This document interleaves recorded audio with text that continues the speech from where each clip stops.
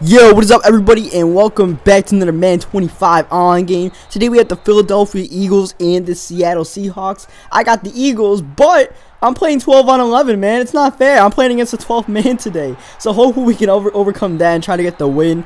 I got Shady McCoy and all those guys in the Eagles, so I'm definitely geared up. I definitely got a hot offense to try to, do things offensively. Defensively, I'm not sure what we can do with this Eagles defense. Hopefully, he gets some stops. So far, not really doing a good job at that. He's coming out passing early on a lot, and he's getting what he wants. Here's second down. I tried to play the fullback, but I came down a little bit too much on Russell Wilson, and I ended up giving up the fullback like 5 yards plus anyway. So now he's at the goal line here, trying to run in with Marshawn Lynch, but early on, we make a denial, and next play, another denial. So now we bring up third down and 9. Great stop for our defense so far, but only if we can get this next play to go for our way, and it does. Connor Barwin gets the sack. He tried to roll out with Wilson, and we get the stop here. We get the field goal. So, opening drives are not easy to stop, because you don't really know what your opponent's doing most of the time. Just let them go the way they want, especially when your opponent runs their top plays on their first drive. So, to hold him to a field goal there after he went all the way to the goal line, I'll take it. So now we're moving on offense here. Shady McCoy just buzzed off a huge run to start off the game. That's what LaShawn McCoy does. Next play, Deshaun Jackson. Ooh, what a juke. And he's going to the end zone there. Now, that was not a good read, man. If you saw that thing, there was a guy literally standing there waiting to pick that off. But somehow Deshaun Jackson got that. I'll take it, though. Usually, that stuff happens against me, not for me. So when it happens for me, the rare times it does, I'll take it, I'll take it. I'll get a touchdown out of that, too. And here he tries to come back with a screen pass. He's already moving the ball down here into field goal range back, so our defense is pretty much non-existent in this game. Second down and 1, he hands it off to Marshawn, and Marshawn getting a decent amount of yards. And we just want to contain Marshawn Lynch as much as we can. He tries to go back to the screen game here. We're on it, but there's no way to contain the quarterback, and Russell Wilson gets a first down. Next play, option, Wilson. I try to keep up with Boykins there, but Russell Wilson, it's just too much to handle, and he goes into the end zone there for a touchdown. And that's just the headache of playing the Seattle Seahawks, between their ferocious defense, and then the offense is pretty good too. You got Percy Harvin, the deep threat, Russell Wilson, mobile quarterback, and then beast mode doing what he does. But right now we're worrying about the offense here, and Mike Vick is getting things done on the offense, rushing his way. Before there was a Russell Wilson, there was Mike Vick. He's about to educate Russell Wilson about rolling out the pocket and running around. Unfortunately, that time he gets popped by Bruce Irvin there. Second down and 14. Run there was Shady, but unfortunately, Sean McCoy can only get about like 3 yards on that. So it's third down and 11. Just want to try to get something to keep up with him since our defense isn't playing good. I toss it up, but Richard Sherman is there for the interception. You see Nick Foles is in the game. I kind of alternated between Foles and Vick early on just to see which one I like playing with better. And I eventually start sticking with Vick more, especially in the second half. You guys will see. But that throw definitely did not help Foles' case.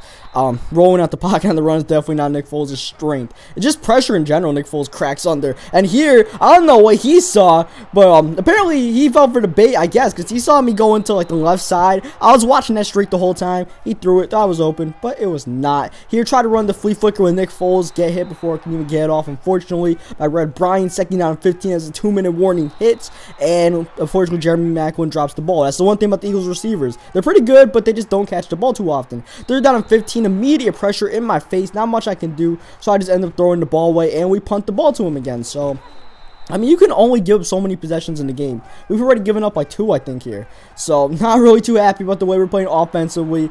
And, defensively, we're just like trying all we can to stay like on our back heel here. He's running the ball. Thankfully, we are containing the run pretty well. That's one thing. It's one positive we have going for us. We're containing the run. Second down, 13, though. He continues to move the ball through the air. Percy Harvin gets a first down. This guy did have a really good offense here. 37 seconds left. He's trying to get at least in the field goal range. Still has all 3 of his timeouts. But I think actually, no, he doesn't even burn one here. He runs hurry up here after getting stuffed there with Turbin. Next play, throw a drag out to Zach Miller, and now he's going to call his first time out with 20 seconds to go.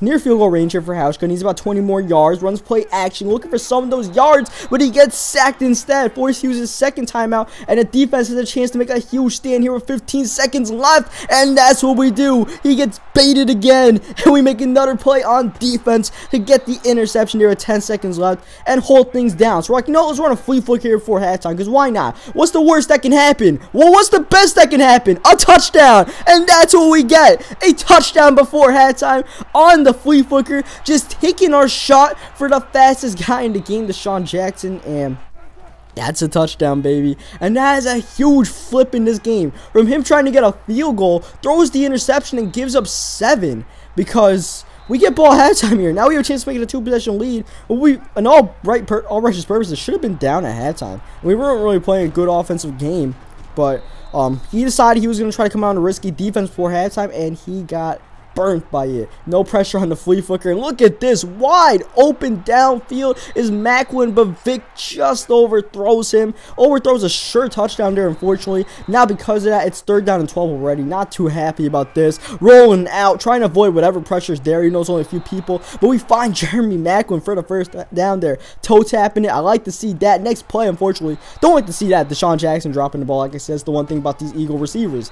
They're small and fast, but they're also not going to take hits well. And look at this immediate pressure here. On block comes the guy, and it's Chris Clemens, and we have to punt the ball, unfortunately. But right after we punt the ball, he throws yet another interception. His 3rd one, I believe, of the game. So he's cracking under the pressure. The Sugar Buffs got him rocked. Percy Harvin is hurt, as usual. And we got the ball in great field position here. And that's why you punt the ball, man. You punt the ball. You see me punt the ball, and that's why, I guess, you force him deep in. Now, all of a sudden, we got great field position because of that punt. But we're at another 3rd down situation here. 3rd down and 5. This time, we find Jeremy Macklin. He's definitely been our 3rd down receiver. Yeah, that 1st down and 3rd down catch of the 2nd half. Next play was Sean McCoy, almost in the end zone, just getting tackled. But we do find Brent Selleck in the next play, and Selleck gets the touchdown. And now we are up those 2 possessions. And that makes me feel so good, man.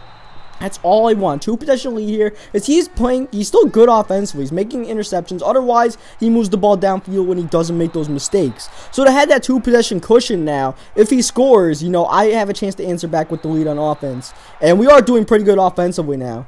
I think we're starting to get in a rhythm. At the same time, he's starting to get into a rhythm as well here. He finds Percy Harvin for a huge gain.